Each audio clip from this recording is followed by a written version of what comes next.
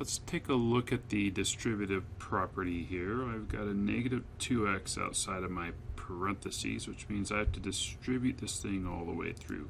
So what that means is I'm going to have a negative 2x times the first thing in parentheses, which in this case is 5x, plus, and then I'm going to have a negative 2x times the second thing in parentheses, which in this case is a negative 3.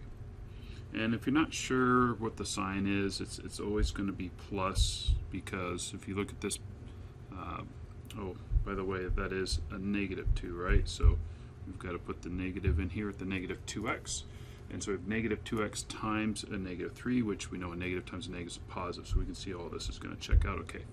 So negative 2x times positive 5x. Let's just deal with the numbers first. Negative 2 times positive 5 is negative 10. And then I have x times x, which is x squared. Plus, I have a negative 2 times negative 3 over here, which is a positive 6. And then you can see here I just have the x left over. And so as I distribute this through, and we're asked to simplify this, it's simply negative 10x squared plus 6x.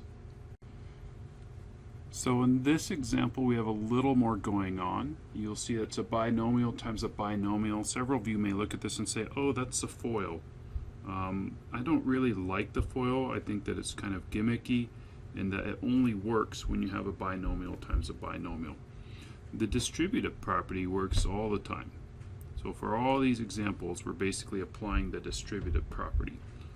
Yes, you could FOIL it here, but again, the FOIL method only works in certain situations, and when we have something that only works in certain situations, I prefer to kind of show you otherwise. So we take the negative 3x, that's the first thing in parentheses here. Remember, we have to take this negative 3x plus 4 and distribute it through the other set of parentheses, which is 2x minus 5. So the negative 3x gets distributed through the next set of parentheses, which is 2x, and then we're going to take that negative 3x and distribute it times the next term in the set of parentheses. So we already did the 2x, so now we have the minus 5. Right? And now you can see that we've distributed the negative 3x all the way through.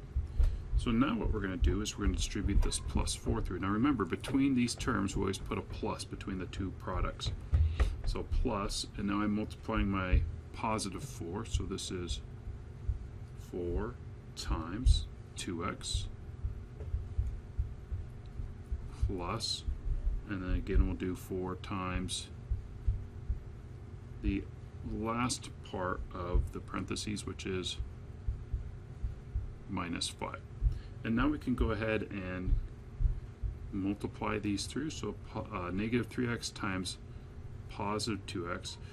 If you struggle with these, just focus on the numbers first and then the letters. Right? So negative 3 times positive 2. 3 times 2 is 6. Negative times a positive is a negative.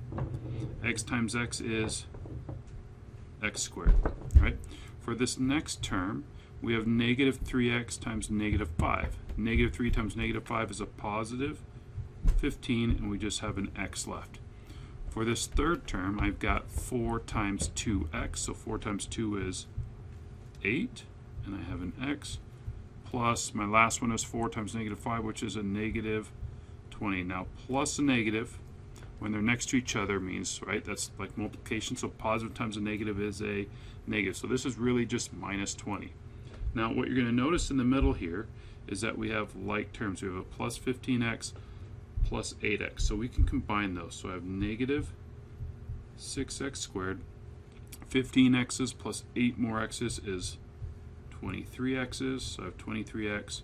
And then plus a negative 20 becomes minus 20. So after we distribute the 3x, the negative 3x plus 4 through the 2x minus 5, we end up with negative 6x squared plus 23x minus 20.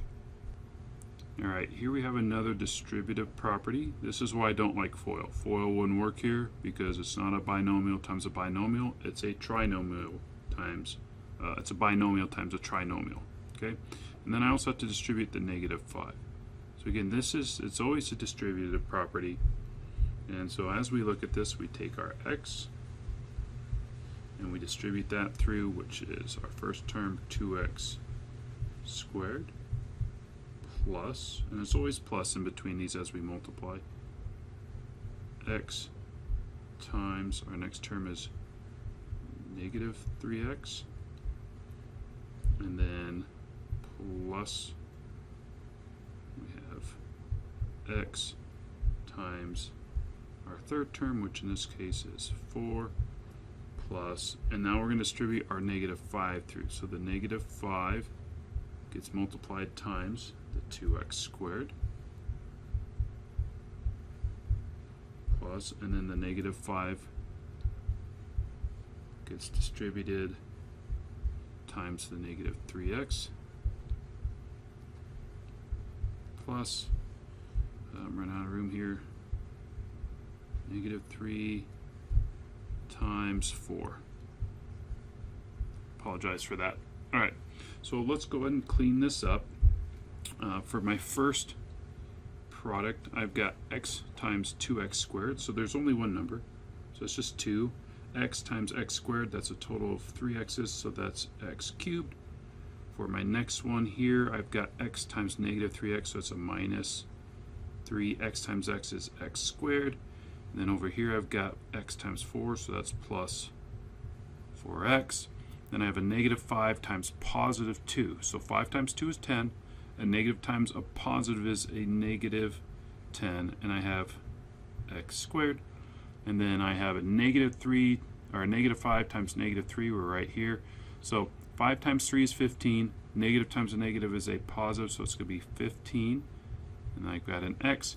And then my last one, which is a little hard to see, is that negative 5. I may have written negative 3. I apologize if that's what I did. But it's negative 5 times 4, which is minus 20. So now what we want to do is we want to combine like terms. You'll see I've got a minus 3x squared and a minus 10x squared. And I have a plus 4x and a plus 15x. So we want to combine those like terms. We always put these in descending order. So the highest exponent, which is 2x cubed, goes first. I've got a negative 3x squared and a negative 10x squared. So when I add those, negative 3 and negative 10, that's a total of negative 13x squared. And then I have a plus 4x plus 15x. Those add up to 19x. And then I still have my minus 20. So after I distribute my x minus 5 through 2x squared minus 3x plus 4, we end up with this 2x cubed minus 13x squared plus 19x minus 20 for our simplified expression here. Alright, here we have what's called the zero product property. So if you think about this, I have something times something equals 0. So it means either the first something, which is negative x, has to equal 0, or the second something, 2x plus 3, has to equal 0, right? If I'm multiplying two numbers together and I want my answer to equal 0, then one of those numbers has to equal 0. That is the zero product property, meaning we multiply two things, right? That's a product, and to get 0, one of them has to be 0. So taking a closer look at that, or really truly thinking about that, that means negative x has to equal 0. Or I could also have 2x plus 3 equal to 0. As long as one of these equals 0, then that sets this equation equal to 0. So now we want to go ahead and solve each equation here. So I'm divide both sides by negative 1, or you could have multiplied by negative 1. Either way, we end up with x equals 0. And that makes sense, because if you think about it, if I substitute x in here, 0 times this 2x plus 3, whatever 2x, it could be a million 2x plus 3, I'm still getting 0. All right? And then on the right side, as we solve for that, we're going to subtract 3 from both sides. And I'm going to get a 2x equals negative 3, and then we divide both sides by 2. And I get x equals negative 3 3 halves, or 1.5. And so this would be my other answer, because negative 1.5 times 2, right? If I plug it into this 2x plus 3, it gives me negative 3, and negative 3 plus 0 is, or sorry, negative 3 plus 3 is 0. So either of these will work. If I plug this one back in here, I get 0, and negative x times 0 would also give me 0. So that is your zero product property. We've got however many factors. In this case, we have 2. I've got negative x as one of my factors. I have 2x plus 3 as my other factor. Whenever you're multiplying numbers together, as long as one of them equals 0, the whole thing equals 0, and that's what we're looking for here. Alright, so here we can see we have the zero product property. We've got something times something equals 0. That means either whatever's in blue has to equal 0 or whatever's in red equals 0. So that means my 3x plus 4 can equal 0, or my 2x minus 5 can equal 0. So you'll get used to when you see these, you just set them equal to 0, right? Because something times something, or however many factors we have, and then you just go ahead and solve. And so I get 3x equals negative 4 divided by 3. So I get x equals negative 4/3, which is negative 1 1/3. Over here I add 5 to both sides. I get 2x equals 5, divide both sides by 2, and I get x equals 5 halves, or also 2.5. Okay, so there's your two answers. That is the zero product property. All right, what I want to do is I want to take a look at the distributive property actually in application. All right, and so if you look at 6 times 18, I can say, well, this is 6 times, and I can break 18 up into 10 plus 8. And the reason I'm doing that is because when I distribute the 6 through, 6 times 10 is an easy number to work with. So 6 times 10 is 60, and then I have 6 times 8, which is 48. So this adds up to 108. So this is sort of how you do mental math, and that's the nice thing about math is you break it down, you take a bigger problem, you break it down into its little parts, and then you build it back up together. So 6 times 10 is 60, plus 6 times 8 is 48, 60 plus 48 is 108, and that's sort of how you work. That's one of the methods you can use for mental math. Alright, here we're going to look at doing this both ways. I just want to show you that you can do, doesn't matter which direction we go, the concept's still the same. So we're going to take 12 times, and we're going to take 13 and break it up into 10 plus 3. And so as we look at this, 12 times 10, so 12 times 10 is 120. And then 12 times 3 is 36. So 120 plus 36 is 156. Now you could do this in your head. That's why it's mental math. 12 times 10 is 120. 12 times 3 is 36. 120 plus 36 is 156. So let's go ahead and do the same on the right side. This time we'll do it without